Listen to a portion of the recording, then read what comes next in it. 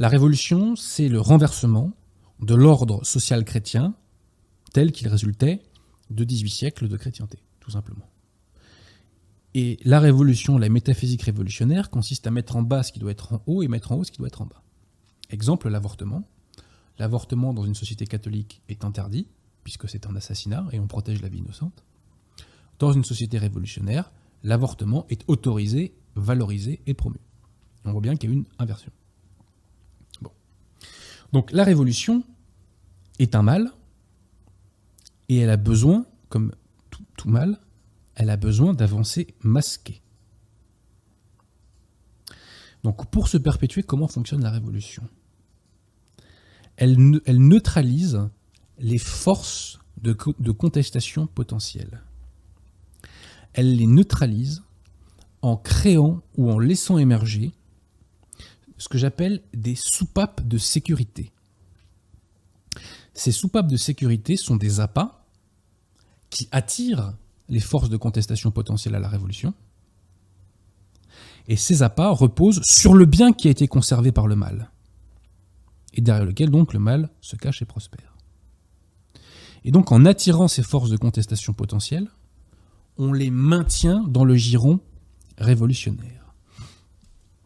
Donc ces biens conservés reposent souvent sur une critique partielle de la révolution. Je dis bien une critique partielle de la révolution. Pourquoi partielle ? Parce que ces critiques ne vont jamais jusqu'à la rupture avec la révolution. Donc c'est bien conservé, c'est une critique, on peut les synthétiser comme étant une critique sans rupture. Retenez cette formule de la critique sans rupture. Donc le subterfuge réside en ceci, que la critique, qui ne va pas jusqu'à la rupture, sert paradoxalement à maintenir les personnes qui critiquent dans le giron révolutionnaire. Je vous donne 4 exemples. Le premier exemple, c'est le Front National. Le Front National fait la critique de l'Union européenne, de la mondialisation et d'une partie du mondialisme, critique partielle, mais il ne propose pas de rompre avec les fondements révolutionnaires qui conduisent, les fondements politiques, des institutions qui conduisent à l'Union européenne, à la construction de la mondialisation, etc., etc., etc. Deuxième exemple, l'Action française. L'Action française fait la critique de la République et de la Révolution française, mais pas de la Révolution avec un grand R qui est la métaphysique révolutionnaire. Donc elle fait une critique partielle, mais l'Action française, par le système maurassien, ne rompt pas avec les fondements révolutionnaires de la société et des institutions. Donc critique partielle, mais sans rupture une fois encore avec la métaphysique révolutionnaire, avec la révolution avec un grand R. Troisième exemple, la mouvance dite dissidente. Cette mouvance fait la critique du mondialisme, du gauchisme, etc. Critique partielle, mais qui ne va pas au bout, puisqu'elle ne préconise pas la rupture avec, je le répète, les fondements révolutionnaires de la société et des institutions. C'est rupture que l'on obtient, soyons clairs, qu'en se convertissant au catholicisme et à la contre-révolution. Bon. La dissidence, par ailleurs, pose un deuxième problème, qui est celle du complotisme. Ici, il faut faire des mises au point pour être très clair. Quand j'emploie le mot complotisme, je ne l'emploie pas dans le sens qui est celui des médias. Puisque les médias, par complotisme aujourd'hui, désignent toutes les personnes qui sont en désaccord avec le discours dominant. Sur les questions épineuses, j'entends. Donc moi-même, je peux être l'objet de cette accusation. Et d'ailleurs, des contradicteurs Dreyfusard m'accusent de complotiste. Alors que, petite parenthèse, c'est la version officielle de l'affaire Dreyfus qui est une thèse totalement complotiste. Bon, passons. Donc je n'emploie pas ce mot dans le sens qu'il a dans les médias. D'ailleurs, je fais cette mise au point dans mon ouvrage sur les Gilets jaunes. Et je précise que le complotisme n'est pas la dénonciation des complots. C'est autre chose. C'est un vice de l'esprit sur lequel nous allons voir. Mais je tiens à dire que l'Église catholique, dans son histoire, a toujours dénoncé les complots. Complot cathare, complot templier, complot franc-maçon, moderniste, etc., etc., etc. Donc je répète, la dénonciation des complots n'a rien à voir avec le complotisme. Le complotisme véritable, j'entends. Et sur cette question du complotisme, je vous invite à aller voir le sermon, je le répète, de l'abbé Grossin, enfin l'extrait du sermon de l'abbé Grossin, qui s'appelle donc « Une approche catholique du complot ». Bon. Alors, qu'est-ce que c'est le complotisme ? Eh bien, c'est cette idée, qui est un vice de l'esprit, qu'il y a un complot permanent qui enserre et englobe toute la société, que les individus sont comme dépourvus de leur libre arbitre, et que toutes les interactions sociales et tout le déroulé des événements sont voulus, prévus, déterminés à l'avance, comme si absolument tout était calculable et planifiable. Et toutes ces interactions et tous ces événements sont perçus comme devant se rattacher toujours à la finalité du complot, comme s'il était absolument impossible d'échapper à ce complot.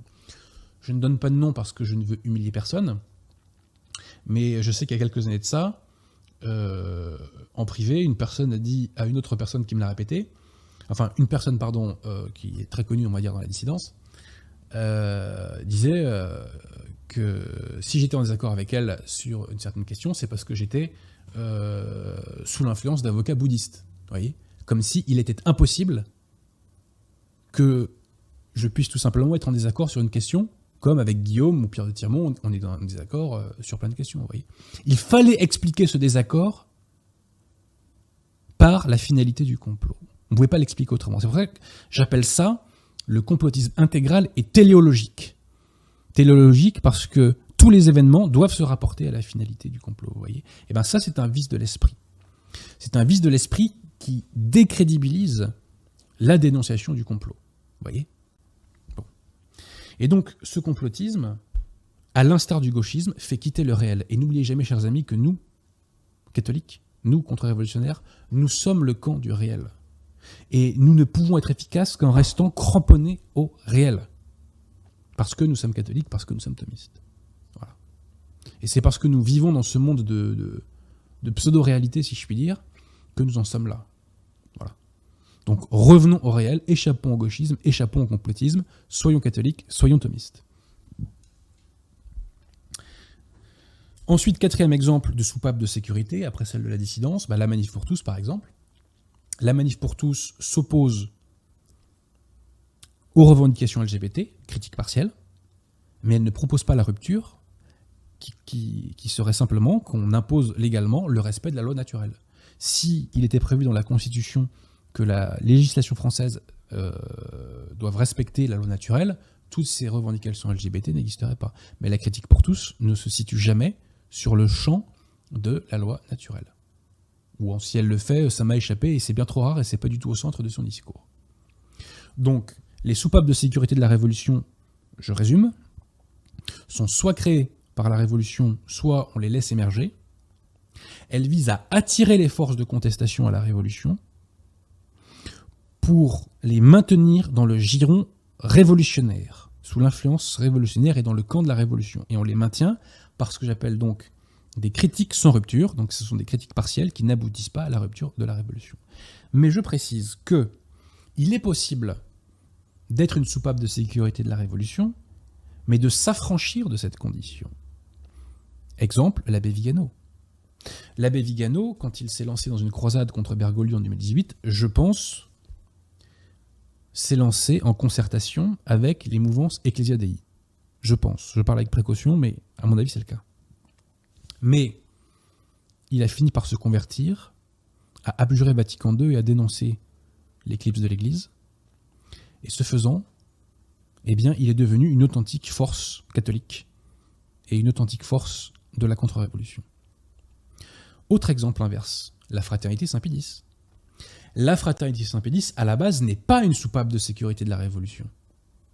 Mais, en raison des silences, des indécisions de Monseigneur Lefebvre, en raison de la politique de ralliement à la secte conciliaire de l'abbé Schwinberger, de Monseigneur Follet et de l'abbé Pagliarani, la Fraternité Saint-Pédis est devenue une soupape de sécurité de la Révolution.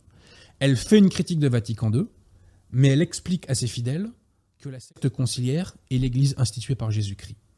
Critique sans rupture. Voyez ? voyez le fonctionnement? Donc n'oubliez pas cette idée de critique sans rupture qui est le mécanisme sur lequel fonctionnent les soupapes de sécurité de la Révolution. Et d'ailleurs, les soupapes de sécurité de la Révolution, généralement, sont envoyées pour attaquer les forces contre-révolutionnaires. L'abbé Vigano, actuellement, se fait attaquer par les ecclésiadei, par les communautés ecclésiadei. Les Nonunacum sont attaqués par qui principalement? Par les lefévristes, par la Fraternité Saint-Pédis, et par exemple par les groupes williamsoniens comme les Dominicains d'Avrier. Voyez ? Et moi-même, je suis principalement attaqué par des gens de la dissidence, qu'ils soient dingos ou pas. Voilà. Donc retenez ce concept de soupape de sécurité de la Révolution qui vise à maintenir dans le giron révolutionnaire les forces de contestation potentielle à la Révolution par une critique partielle mais sans rupture avec la Révolution. C'est la vérité qui identifie l'Église. Oui.